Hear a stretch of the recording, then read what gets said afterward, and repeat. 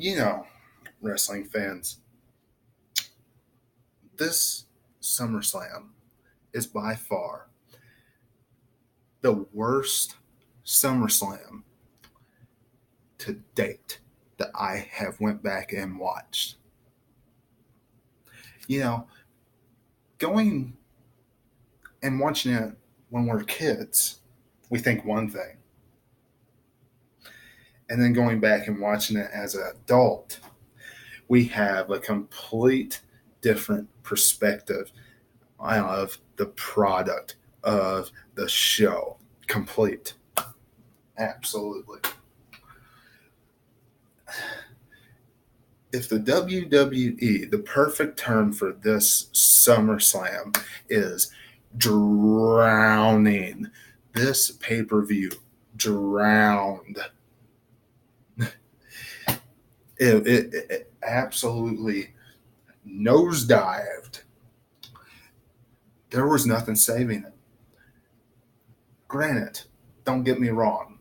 Some of you are going to say, Webby, what about the classic ladder match between Shawn Michaels and Razor Ramon for the Intercontinental Championship? What about the Undertaker versus Kama in a casket matchup? Things like that, right?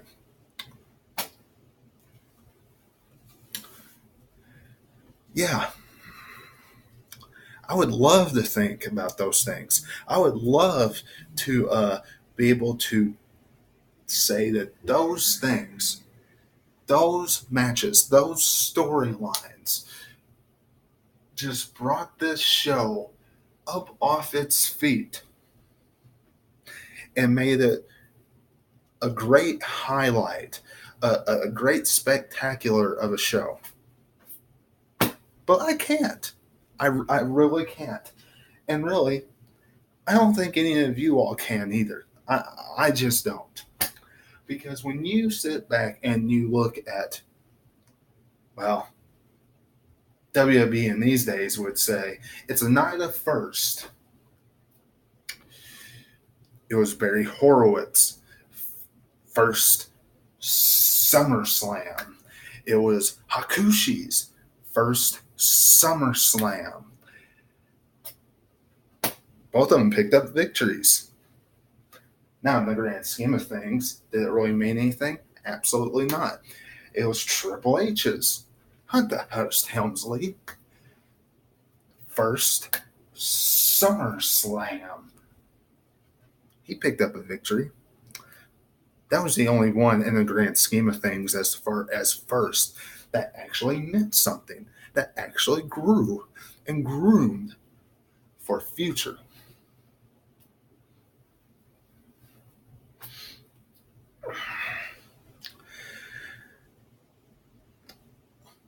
Barry Horowitz and Skip of the Body Donna. Okay. Now, what we're seeing in WWE these days, this is the best way I can put it to you. If you're a wrestling fan of today, the best way I can put it to you, we are seeing the B team, the reigning, defending Raw Tag Team Champions. They are jobbers, practically. They are.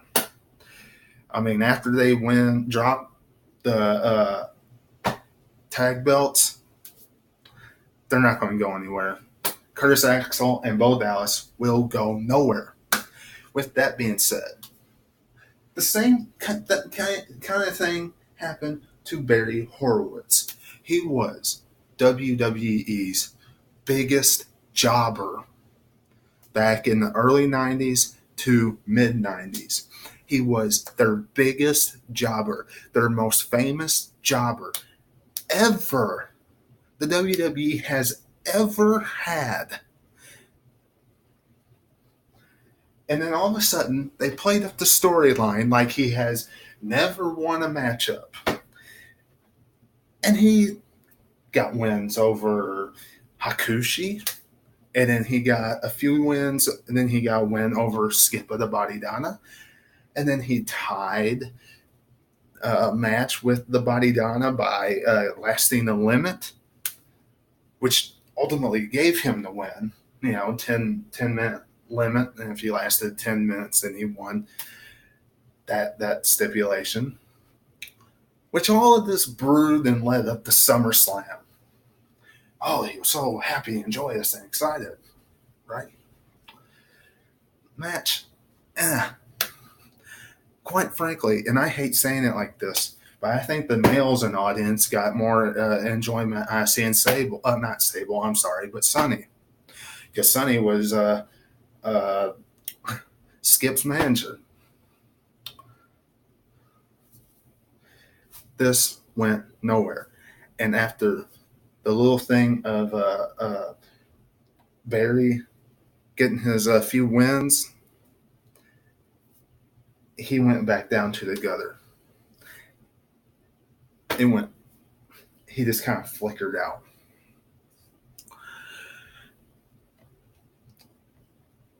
The 1, 2, 3 kid took on Hakushi. Now, as we know, he was undefeated. And then he lost to Bret Hart at In Your House, the first In Your House.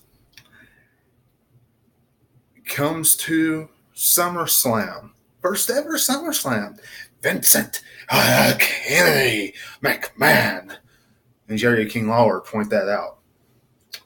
And once they point that out, Hakushi and 1, 2, 3 Kid put on a decent matchup. Yeah, they put on a decent match. Match you can't really complain about. Not really. And then Hakushi picks up the victory. You see, back then, WWE didn't just take all these first SummerSlams or first pay-per-views or in your hometowns and always make you lose. They actually let you win some. Hakushi got the victory. Barry Horowitz got the victory. We go to Triple H versus Bob Sparkplug Holly. Yeah. What a character, right? Hunter Hearst Helmsley. Now this character, this matchup, it was pretty good. Can't really complain about it. It did good for both superstars back in the day as far as kind of where they went, I guess. Bob Holly wasn't going anywhere at this time with the character he had. He really didn't go anywhere until he became Hardcore Holly. You want to know truth. But as far as Triple H, Hunter Hearst Helmsley is concerned, this helped shoot him to the next level and that kind of stuff. Because as we know, sooner rather than later, he was going to move on and become Intercontinental Champion, WWE Champion, amongst other things. He really was going to go higher, and this was the first step, his win at SummerSlam 1995. But quite frankly, should he have been the blue blood British character then?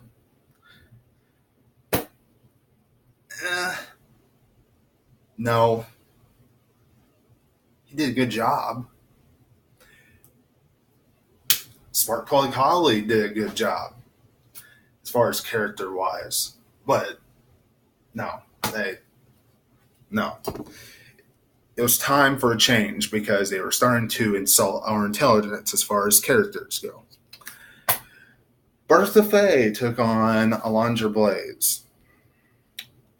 Now, Alundra Blaze lost to Bertha Faye here. And the only thing I'm going to say is I understand Bull Nakano beating her. Bull Nakano deserved it. Bull Nakano was a good women's wrestler back in those days. She was good. She deserved it. Deserves a women's championship. I would understand if Luna Vachon took the women's championship away from Alundra Blaze because of the type of character she is. She had a fantastic character in the WWE. Bertha Faye? No. Absolutely not. No. I mean, it even looks like Alundra Blaze kicked out of the pinfall when they said it was a 3 count. So this was horrible. I mean, absolutely horrifying. Whatever. WWE for you. And we go from there, and we have Jacob and Eli Blue taking on the Smoking Guns, which I'm not going over. The Smoking Guns win. It was a filler contest. We have The Undertaker versus Kama. The one thing I want to say about this is, out of everybody within the corporation that The Undertaker faced, because the corporation, $1 Million Corporation, and The Undertaker had a rivalry really from SummerSlam of 94. An entire year they had this rivalry. You really think about it, they did. A little bit more. I mean, he faced IRS, he faced King Kong Bundy, had a little break when he faced Yokozuna from the corporation, $1 Million Corporation, but then it was kicked right back up. He faced The Undertaker, $1 Million Man's Undertaker, and then he faced Kama. All of them, $1 Million Man's henchmen, so to speak. Kama was the best rivalry out of all of them. This one, backstory, fantastic. Kama takes the urn, melts it down, puts it over his neck and everything, takes the creatures of the night, tosses them down in the ring with a big power bomb and chokeslam power bomb, and takes the wreath, trashes it all on the creature of the night in the center of the ring. Good storyline. Undertaker had to get it back. Had to get this urn back.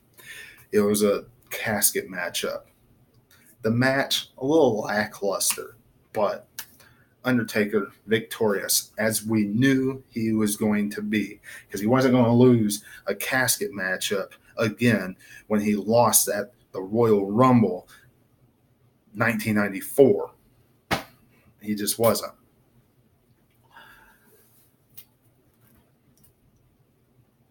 Isaac Yankem, DDS, took on Bret Hart.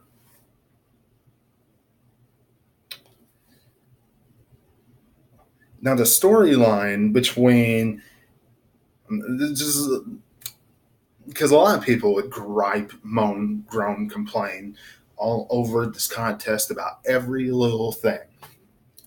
The storyline between Bret Hart and Burger King, Jerry Lawler. You couldn't ask for a better rivalry back in those days.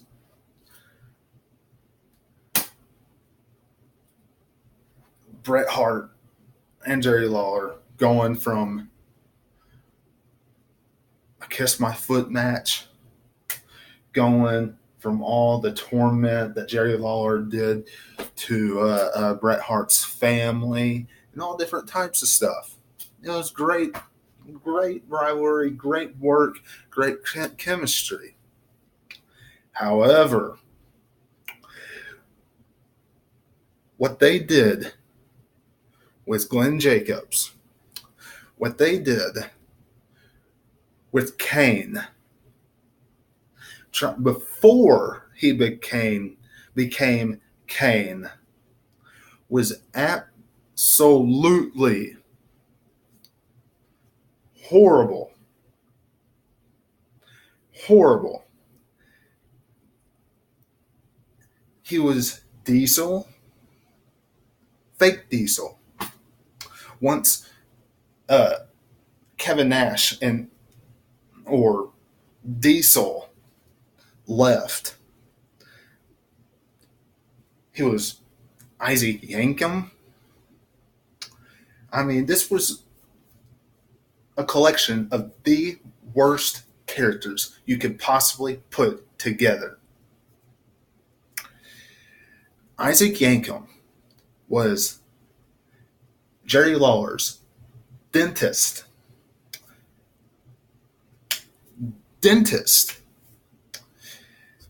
Yeah, when we're kids, we look at this and we're like, he's a good heel. We hate him.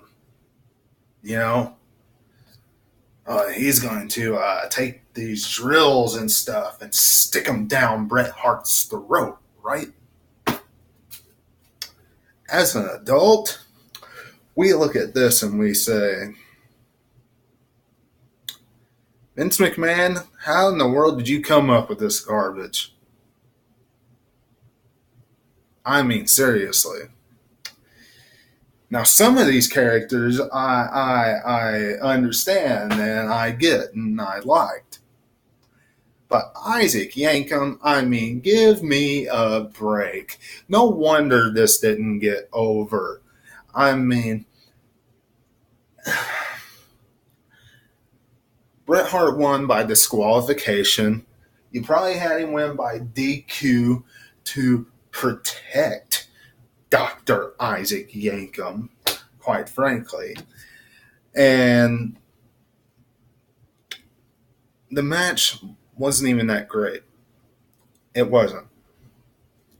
So whatever. Now, Shawn Michaels versus Razor Ramon. Good match. Good contest. Can't complain about it. This matchup, the last two matches, if there was ever a time to quote the late, great Gorilla Monsoon, it is this pay-per-view. What a miscarriage of justice. Because the Intercontinental Championship should have been on last, and the WWE Championship should have been on second to last. Because, now, don't get me wrong, I appreciate that the WWE Championship was on last as far as WWE holding the prestige of the title. But that 12-minute match just made me cringe. That 12-minute match was just an epic failure. That 12-minute WWE Championship matchup was like, no, cringeworthy. Why are you doing this to us? It was one big slop botch fest. And then Diesel won by a clothesline off the middle rope at the end. That was it. I'm not going over anything else with that matchup. The royal plan fell of King Mabel. Ha ha ha ha ha ha. And the Intercontinental Championship, look, if there was ever a saving grace outside of the Taker Kama matchup, which I explained to you why that was a saving grace, the storyline behind it, it was the ladder match. Match quality fantastic. Absolutely a barn burner, a knockdown, drag out affair. Fantastic matchup. Couldn't ask for a better contest. When you talk about two guys that laid it out on the line and wanted to steal the show, it was Razor Ramon and Shawn Michaels. They did a great job in that matchup from bell to bell. Instant classic. Shawn Michaels, the winner in that match. And that's SummerSlam.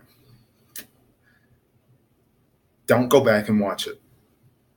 If you do, if you go back and watch it, watch the ladder match. Watch Undertaker and Commas. And watch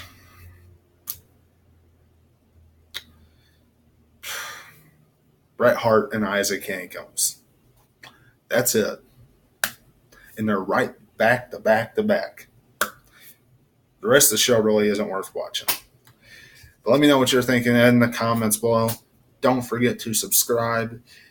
Thank you if you are a subscriber. Hit the bell. Join my journey on YouTube with me. It's much appreciated. Follow me on Facebook and Twitter. Until I see you again, this is Webby, and I'll catch you on the other side. Talk to you later.